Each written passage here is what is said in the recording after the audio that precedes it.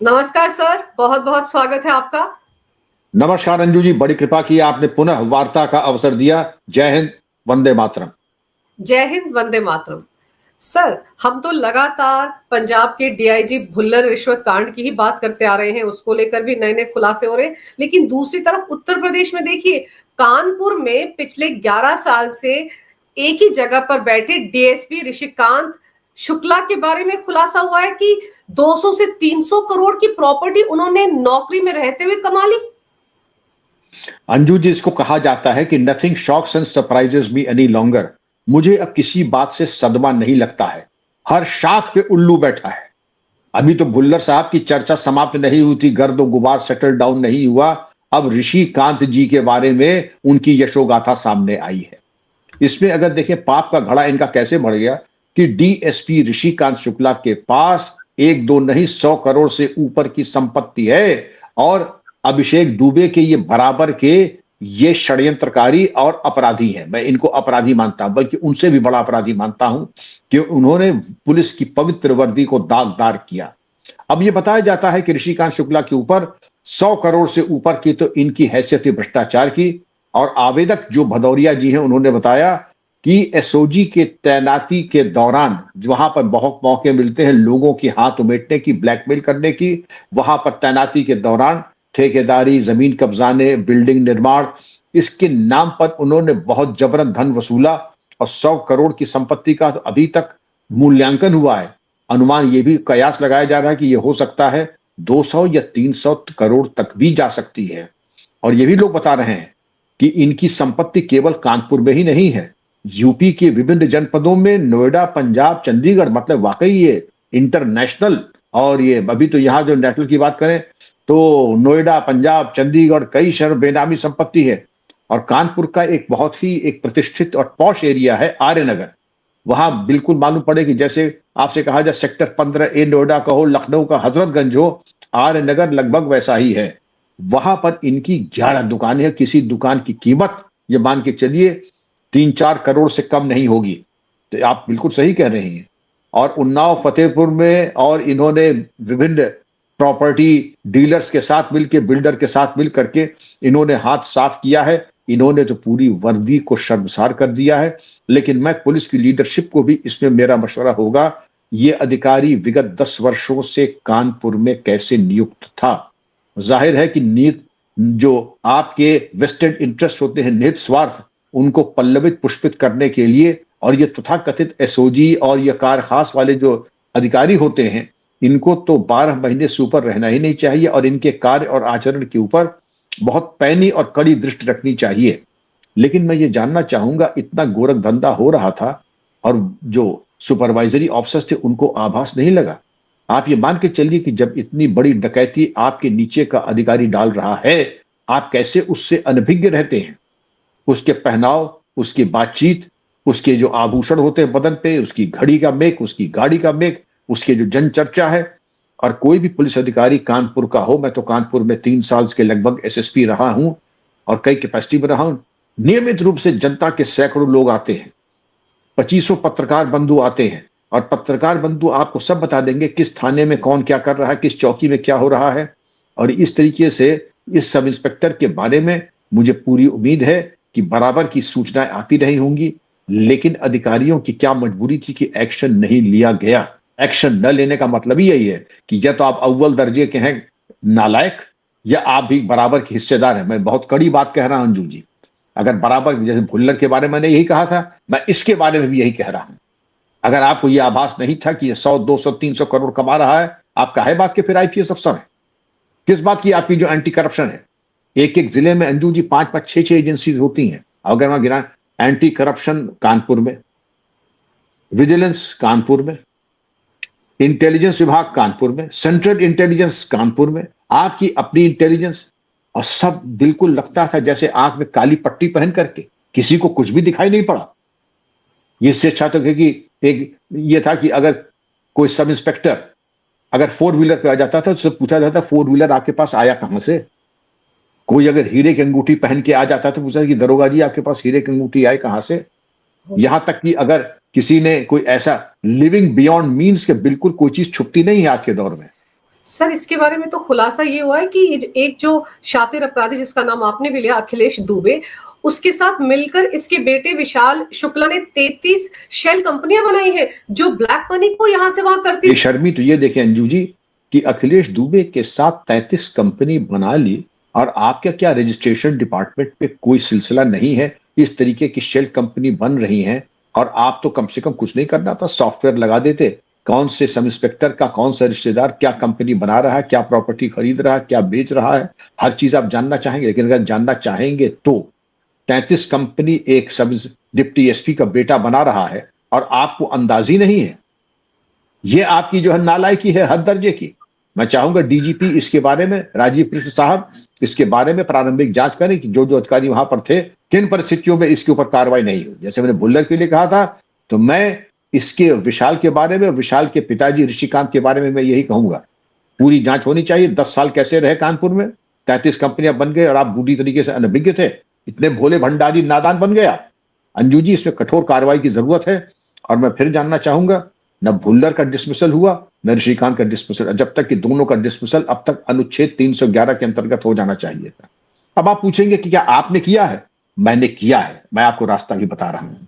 311 में गंभीर करप्शन का केस है, इनकी प्रॉपर्टी कीजिए अटैच, गैंगस्टर एक्ट के अंतर्गत आप सारी प्रॉपर्टी अटैच कर लें। अब अंजू जी अभी तक मुझे यही नहीं मालूम कि इनकी कोई प्रॉपर्टी अटैच हुई भी है कि नहीं हुई है। डिसमिसल होना चाहिए, जेल जाना चाहिए और इसके 3 प्रसाद के बाद इनके बेटे का थॉरो इंट्रोगेशन होना चाहिए। सर इस मामले में ये कहा जा रहा है जो एसआईटी में आप सोचिए सौरभ भदौरिया अगर शिकायत नहीं करता एसआईटी के पास तो इस बात का क्या कभी किसी को पता ही नहीं चलता। अब तो विजिलेंस विभाग भी एक्टिव हो गया है, अब तो इनको निलंबित कर दिया है, जांच पड़ताल चल रही है, लेकिन इनका मोडस ऑपरेंडी देखिए, सारी बेनामी संपत्तियां परिवार के लोगों के नाम पर, अपने जो पार्टनर्स है उनके नाम पर, करीबियों के नाम पर इन्होंने बनाई थी। 100 करोड़ रुपए की प्रॉपर्टी का तो पता चल गया है एसआईटी को, लेकिन अभी तो 300-400 करोड़ की बताई जा रही है। और सर जिस तरह से काम कर रहे थे 11 साल से कानपुर में रहकर, आसपास के जो आला अधिकारी है या छोटे अधिकारी है या इंस्पेक्टर है, क्या इनको कभी भनक नहीं लगी होगी या इनके सहयोग के बिना ये संभव था कि इस तरह से फर्जी केस डाल देते थे और प्रॉपर्टीज हथिया लेते थे? ये मिलीभगत का या सुनियोजित अपराध नहीं लगता? आपकी बात में अंजू जी बहुत तार्किक बल है। जो आदमी 10 और 11 साल सभी नियमों को बलाए ताक रख करके, नियम कानून को तिलांजलि दे करके, अगर एक अधिकारी नियम को तोड़ते हुए 11 साल 10 साल रहता है, सबसे पहले ये देखें कि जिन अधिकारियों ने इसको ये अवसर दिया कैसे रह गया ये, एक चीज। दूसरी चीज, आप अगर ये देखें योगी जी के राज्य में जहां 0 टॉलरेंस टू करप्शन है, वहां पर ये आलम, यहां पर भी आप चूक गए। तो 2 बातें हैं, अगर अधिकारी ने नहीं किया, मैं फिर बड़ी गंभीर बात कह रहा हूं, या तो आप मिले हुए हैं या आप हैं अव्वल दर्जे के नालायक कि आपने करप्शन को टॉलरेट किया। मैंने आपको किस्सा सुनाया था हमारे पूर्व डीजीपी श्रीराम अरुण साहब और उनके इकलौते बेटे श्रीराम अरुण साहब के, असीम अरुण, जो आज वो भी आईपीएस हैं और आज मंत्री हैं योगी जी की कैबिनेट में, मंत्रिपरिषद में। मैंने आपको शायद किस्सा सुनाया था आपके चैनल पे। वो एक जमाना था कि श्रीराम अरुण साहब ने जब बेटे मेरे साथ गए, मेरठ में एएसपी था मेरी ट्रेनिंग में, और उनके पिताजी ने देखा कि उसके बेटे, इकलौते बेटे कमरे में पर्दे लगे हैं, बाहर एक छोटी सी टाटा की जो बेसिक कार होती थी वो और घड़ी बांधी थी उनका, कि डीआईजी साहब आप, लगता है कि आपके अंदर वो नजर नहीं है कि आप अपने एएसपी के शौकीनी पे आप नजरअंदाज कर रहे हैं। ये महंगे पर्दे कहां से आ गए? असीम ने घड़ी कैसे बांध ली? बाहर टाटा की गाड़ी खड़ी है, क्या आपसे परमिशन लिया है?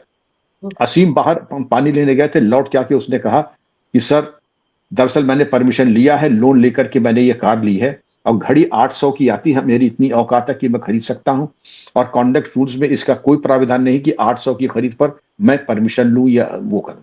रही पर्दे की बात, ये भी हैंडलूम हाउस से जाके, खादी भंडार से मैंने जाकर के लिया है और इसमें कोई चीज नहीं, बहुत सस्ते पर्दे हैं ये। लेकिन वो एक डीजीपी अपने इकलौते पुत्र के लिए भी माफी का खाना नहीं होता था, ये भी मैंने दिन देखा था। आज इस तरीके का ये तांडव हो रहा है लूट खसोट का, डकैती का, लूट खसोट नहीं मैं डकैती कह रहा हूं। 100 करोड़ 300 400 करोड़ और वहां डीजीपी इकलौते बेटे की घड़ी और एक गाड़ी और एक पर्दे के ऊपर उन्होंने अपने डीआईजी का क्लास ले लिया कि आपका लगता है कोई कंट्रोल है नहीं अपने अधिकारियों के ऊपर। मैं इसको बार बार कहूंगा कि एक वो मिसाल होती थी। दूसरी चीज, खाने पर जा रहे हैं, टूर पे अगर जा रहे हैं और अगर खाने में दिखाई ये पड़ा कि वहां पर जो व्यवस्था होती थी बिल्कुल स्पष्ट पहले ही बता दिया जाता था कि अगर दाल है तो सब्जी नहीं, सब्जी है तो दाल नहीं, और चावल है तो रोटी नहीं, रोटी है तो चावल नहीं। ये नहीं कि आपने दाल चावल 4 तरह की रोटी, पकवान, मलीदा, और वो बहुत होता था दाल चावल रोटी पापड़ चटनी अचार और एक मौसमी फल, केला हो अमरूद हो संतरा हो, दैट इज ऑल। ये पहले से बता दिया जाता है कि वहां पर जिले सुबहानी की तरह नहीं कि दस्तरखान बिछ गया है और वहां पर नाना प्रकार के व्यंजन परोसे जा रहे हैं और मालूम पड़ा कि इस वक्त स्टार्टर चल रहा है, इस वक्त मालूम पड़ा कि तरह तरह के फुलके और वो चल रहे हैं, तरकारियां चल रही हैं, नॉनवेज चल रहा है, मिठाइयों की भरमार मिठाई का, ये सब कुछ नहीं। जहां ये शौकीनी होती थी वहीं पर मैंने, हमारे एक आरसी दीक्षित एक डीआईजी साहब थे, वो यही कहते थे कि देखिए अगर मैं जाऊंगा, अगर आपने ज्यादा इंतजाम करने की कोशिश की, एक तो मैं भुगतान करूंगा, और मैंने जब स्पेसिफिक बात कही है कि इतना रहेगा मैं पेमेंट कर, अगर आपने ज्यादा करने की कोशिश की मैं मान जाऊंगा कि आप बेईमान है और अपने पाप को छुपाने की नीयत से आप मुझे ज्यादा शौकीनी आप मेरे लिए पेश कर रहे हैं। तो मैंने वो भी दिन देखे थे, वो भी दिन मैंने देखे थे। और एक थोड़ा सा हल्के में बताता हूं आपको, आरसी दीक्षित साहब मुजफ्फरनगर आए, लेट हो गए थे, पुराना जमाना था, लोग ज्यादा जानते नहीं थे, उन्होंने कहा कि मैं सूप लूंगा। कहता वो मुजफ्फरनगर में सूप की बात थी, सरकारी डाक बंगला था। तो उसके बाद देखा 2-3 सब इंस्पेक्टर मोटरसाइकिल पे गए, पंसारी की दुकान खुलवा के जो गेहूं पछोड़ने वाला सूप होता है सेठे का, वो 3-4 सूप लेकर के आए। उनका सर ये सूप आ गया है। तो वो उनको हम लोग कहते थे कि बड़े गुस्सैल थे, तो उनका अब इसको बताइए कि मैं नमक के साथ खाऊं या चीनी लगा करके खाऊं। दरोगा जी आपको मालूम नहीं कि सूप क्या होता है? उनका सरकार अगर यही मालूम होता तो मैं दरोगा थोड़े ही होता। तो ये एक हंसी की बात हो गई। तो लेकिन ये था कि बहुत ही सिंपल लाइफस्टाइल हुआ करती थी, बहुत ही सात्विक हुआ करती थी, किसी प्रकार की शौकीनी न की जाती थी न बर्दाश्त की जाती थी। यह संभव नहीं था कि कोई दरोगा रोलेक्स पहन करके आ जाए या कार्टियर की ब्रेसलेट पहन करके आ जाए। मैं रियल लाइफ बता रहा हूं, आजकल जब मैं मिलता हूं लोगों से तो मुझे दिखाई पड़ता है कार्टियर का ब्रेसलेट जो कि कम से कम आता होगा 10 लाख का, रोलेक्स की घड़ी जो आती हुई कम से कम 6 लाख की, और चेन ऐसी मालूम पड़ता है कि जैसे मुंबई का एक्स्ट्रा कोई फिल्म स्टार का होता है, वो 30-40 ग्राम की जंजीर पहने हुए है। अंगूठी मालूम पड़ता कि सारे ग्रह नक्षत्र का समावेश अब हमारी 10 उंगली में, अंगूठों में बस अंगूठी नहीं है, बाकी सब उंगलियों में 1 या 2 आभूषण। तो ये तो मालूम पड़ता चलती फिरती ज्वेलर की दुकान है, बदन पर कम से कम लाखों रुपए की ज्वेलरी और अलंकरण है। लेकिन क्या आपने जरूरी नहीं समझा कि वर्दी के ऊपर इस तरीके के आभूषण पहनना भी वर्जित है? वर्दी के ऊपर इतने आभूषण पहन करके खुलेआम घूमना अशोभनीय तो है ही है, और सैनिक के लिए तो और भी ज्यादा डूब मरने की बात है। ये आभूषण वगैरह श्रृंगार की चीजें आप फिल्मों में जो एक्स्ट्रा है, नचनीय है, उनके लिए छोड़ दीजिए। लेकिन वही आप वाली बात, क्या सुपरवाइजरी ऑफिसर्स में इतनी नैतिकता बची है कि इसको कर सकें? जाहिर है कि नहीं है, और इसीलिए दुष्परिणाम आपके सामने है। लेकिन मैं उम्मीद करता हूं कि इनके जो 300 या 400 या 100 करोड़ का भी अगर है तो सबके ऊपर कार्रवाई हो, सिर्फ ऋषिकांत के ऊपर ही नहीं, सिर्फ इनके बेटे के ऊपर भी नहीं, अभिषेक दुबे पूरे गिरोह के ऊपर, और गिरोह में जिन अधिकारियों ने कार्रवाई नहीं की, कर्तव्य के प्रति उदासीनता की, कहां एक वो मिसाल मैंने आपकी दी श्रीराम अरुण साहब की, और एक मैंने मिसाल दी आरसी दीक्षित साहब की, और जमाने के ऐसे ही ऑफिसर्स होते थे। सर ये तो डीएसपी है सिटिंग, एक सीबीसीआईडी के पूर्व इंस्पेक्टर है प्रेमवीर राणा, उनकी भी करोड़ों की संपत्ति का खुलासा हुआ है। उनके यहाँ भी छापे पड़े तो पता चला कि जनाब ने क्या कुछ नहीं बनाया, देखिए स्क्रीन पर। इसका मतलब तो यह है कि खुदा खेल फरुखाबादी, लूट सके तो लूट, अंतकाल पछताएगा जब नौकरी जाएगी छूट। ये तो बिल्कुल ऐसे ही लग रहा है।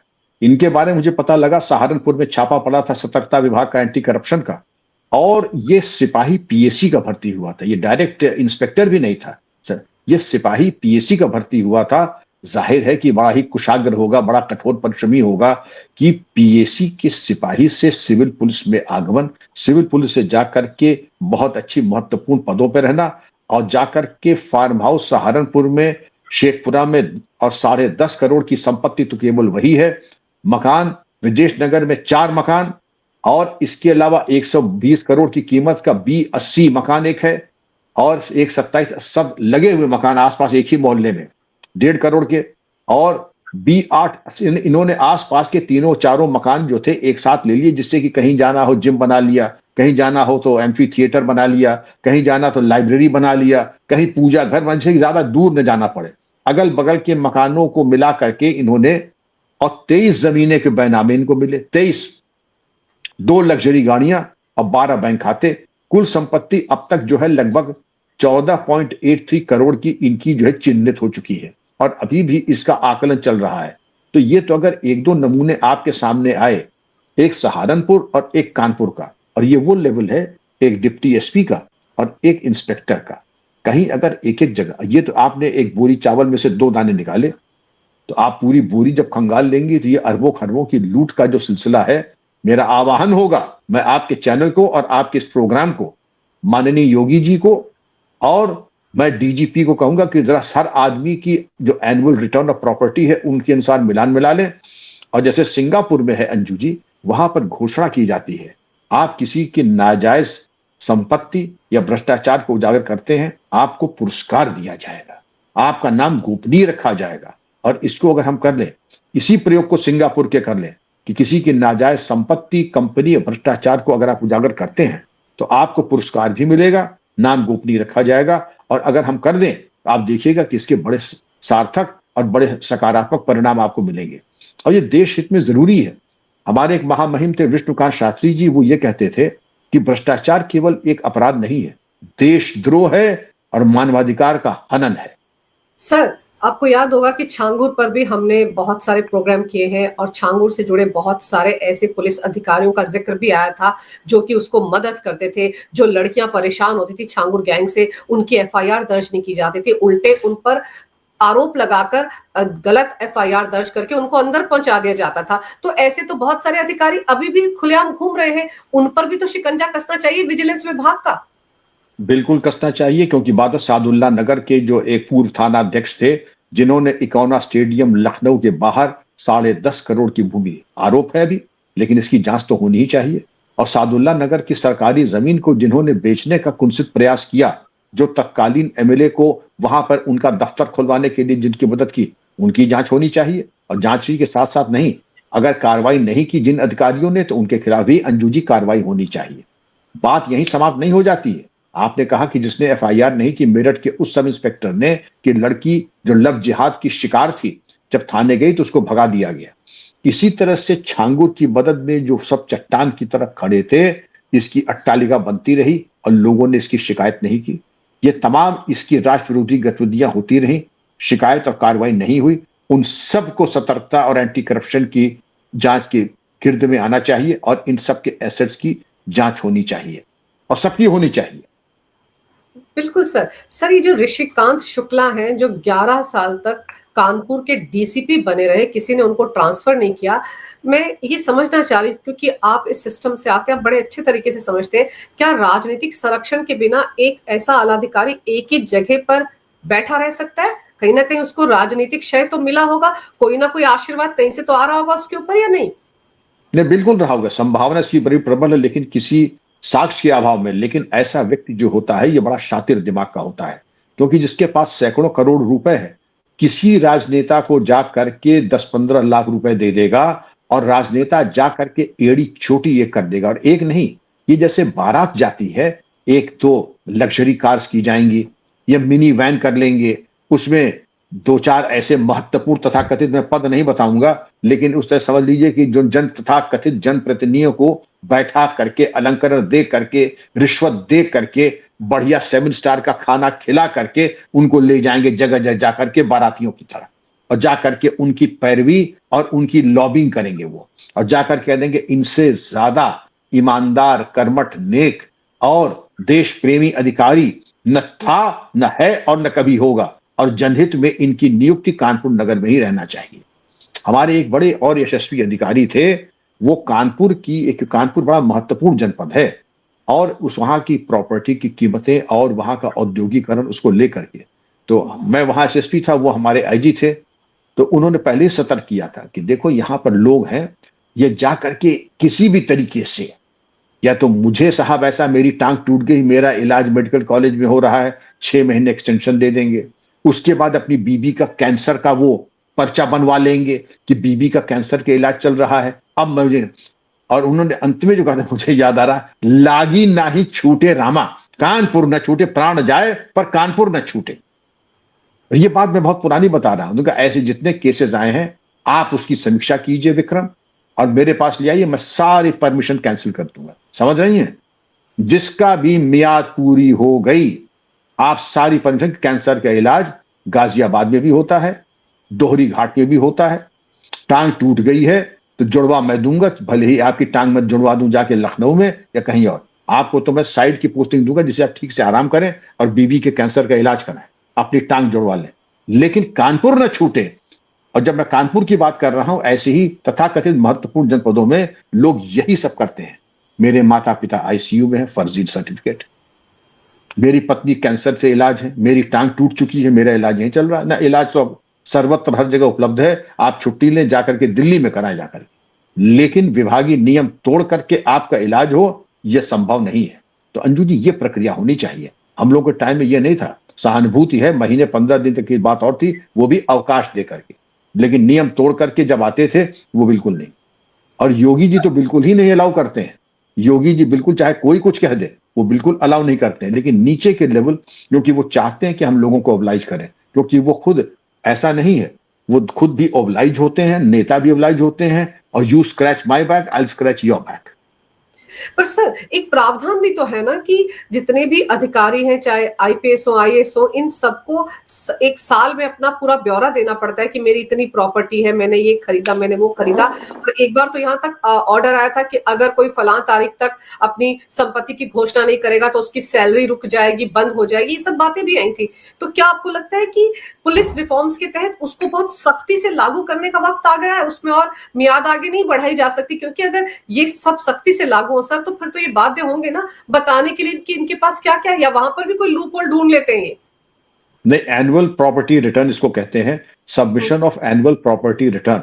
और एनुअल प्रॉपर्टी रिटर्न में यह भी होता है कि हम लोगों के टाइम में यह था कि आप कोई भी चीज, चल अचल संपत्ति अगर आप कुछ खरीदते हैं तो उसकी एक मियाद थी। हमारे टाइम में थी वो 10,000 रुपए, 10,000 से ऊपर के, मान लीजिए अगर आप फ्रिज भी खरीद रहे हैं तो आप गवर्नमेंट को, अगर आप शोरूम से खरीद रहे हैं ब्रांड न्यू, तो आप इंटीमेट करेंगे। और अगर आप सेकंड हैंड ले रहे हैं तो आप पूछेंगे सेकंड हैंड ले रहे हैं, इससे हमारा कोई राजकीय सेवा में किसी भी प्रकार का कोई संबंध। जैसे हम गाड़ी खरीद रहे हैं, और मान लीजिए हम गाड़ी खरीद रहे हैं सेकंड हैंड, शोरूम से नहीं ले रहे हैं, तो हम जिससे खरीद रहे हैं हम ये स्पष्ट करेंगे इससे हमारा राजकीय कार्य के संपादन में कोई संबंध नहीं रहा है, एक सर्टिफिकेट ये भी देते थे। और जो भी हम ज्वेलरी वगैरह खरीदते हैं, कुछ भी खरीदते हैं, तो हम उसका सोर्स बताते हैं कि अगर हम ये 5 लाख की चीज खरीद रहे हैं तो ये हमारे पास ये कहां से 5 लाख आए, हमारी व्यक्तिगत बचत, हमने जीपीएफ से लोन लिया, हमने बैंक से लोन लिया, फिर उस 5 लाख का 10 लाख का हम ब्रेकअप देते थे। प्लॉट हम ले रहे हैं, हमने बैंक से इतना लोन लिया, जीपीएफ से इतना लोन लिया, परिवार वालों से इतना लोन लिया, और हम बताते हैं। लेकिन एनुअल प्रॉपर्टी रिटर्न में आदमी बंध जाता है, और बंध जब जाता है तो वो उसमें दिखाई पड़ता है। इसीलिए मैं कहता हूं एनुअल प्रॉपर्टी रिटर्न आरटीआई के परव्यू में भी है। आपके चैनल के माध्यम से मैं लोगों को बताना चाहूंगा कि अगर किसी की प्रॉपर्टी के बारे में जो उसने डिक्लेयर की है, ये नहीं कि ऋषिकांत की तरह से, क्योंकि उसकी प्रॉपर्टी जो उसमें होगी एनुअल प्रॉपर्टी रिटर्न में, वो बड़ी सीमित होगी, सुई के नोक के बराबर। बाकी सुई और हाथी का सूंड जो है वो पूरा जो है नीचे है उसके। तो आप इसके बारे में लेकिन जनता को जागरूक करना है कि अगर ऋषिकांत ने कहा है कि उसके पास कानपुर में कोई दुकान नहीं, कोई मकान नहीं, तो कहते हुजूर इनकी तो आर्य नगर में 11 दुकानें हैं, इनके तो 4 प्लॉट हैं, इनके तो 18 फार्म हाउस, वो सब एक्सपोज हो जाएंगे। तो इस चीज को करने की जरूरत है, जनता को जागरूक करने की, पुरस्कार की घोषणा करने की। और अगर जो मैं बताता हूं, जहां इच्छा शक्ति है वहां कोई समस्या नहीं है, लेकिन अगर इच्छा शक्ति नहीं है तो ये कोई रॉकेट साइंस नहीं कि हम पता लगा लें किसकी प्रॉपर्टी कहां है। इन्हीं के भाई बंधु, इन्हीं के परिवार वाले, इनके साले बहनोई आके बता देंगे कि सर ये देख लीजिए इनका ये है। जरा सा आप मुख तरीका हो आपको इंटरोगेशन का या सच्चाई निकालने का, इन्हीं के परिवार के 4 लोगों को बुला लीजिए और कह पूछ लीजिए, बता भाई ये कहां पे है दरोगा जी की संपत्ति, डिप्टी साहब की संपत्ति, वो खुद ही बता देंगे, ग्रामोफोन का रिकॉर्ड बच जाएगा। लेकिन हमारे अंदर वो इच्छा शक्ति, where there is a will there is a way, but where there is no will there is no way. Sir, अब कम से कम विजिलेंस विभाग जो है वो पुलिस अधिकारियों पर, ऐसे वांछनीय पुलिस अधिकारियों के खिलाफ कार्रवाई कर रहा है, तो उम्मीद करते हैं अभी तो ये डीएसपी साहब का ही कच्चा चिट्ठा खुला है, आने वाले वक्त में और लोगों का भी खुलेगा, क्योंकि इनके साथ भी बहुत सारे अधिकारी जुड़े होंगे जिनके बीच में बंदरबांट हो रही होगी, उन्होंने भी पता नहीं कितनी करोड़ों की प्रॉपर्टीज बनाई होंगी। तो अब तो जब पूछताछ होगी इन जनाब से तो सर और भी राज खुलेंगे। लेकिन सर आपने समय निकालकर इस विषय पर बहुत ही अहम जानकारी मेरे दर्शकों को दी, आपका बहुत बहुत धन्यवाद। नमस्कार, भारत माता की जय हो, वंदे मातरम, जय हिंद। धन्यवाद अंजू जी, भारत माता की जय, जय हिंद।